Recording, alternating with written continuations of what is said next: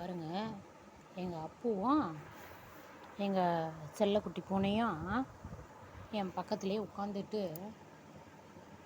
போண்டா போடுவேனான்னு பார்த்துட்ருக்குறாங்க. இந்த பீஸை யாருக்கு போடுறதுன்னு இப்போ 2 பேருக்குள்ளே போட்டி. இவருக்கு போட்டால் அவங்க சண்டைக்கு வருவாங்க, இவங்களுக்கு போட்டால் அவர் சண்டைக்கு வருவார். இப்போ யார் எடுத்துப்பாங்கன்னு தெரியல. 2 பேருக்கும் கொஞ்சம் கொஞ்சம் போட்டுற வேண்டியது தான். அப்படி தானேப்பா? அதுவும் முதல்ல பூனைக்கு போட்டேன்னு வச்சுக்கோங்களேன், அவர் சண்டைக்கு வருவார். அவருக்கு தெரியாத போட்டுட்டேன், அவங்க சாப்பிட்றாங்க. இப்போ அவர் பார்த்துட்டார். இந்த அங்கே உட்காரு உட்காரு உட்காரு, அதுக்கிட்ட போகக்கூடாது, அப்போ அடிப்பாம்மா. கீழே உட்காருங்க. இந்த உனக்கு பாருங்க, அவரை சாப்பிட விடாத சண்டை போடுறாரு. என்ன சண்டை இது? அப்பு, சண்டை போடக்கூடாது.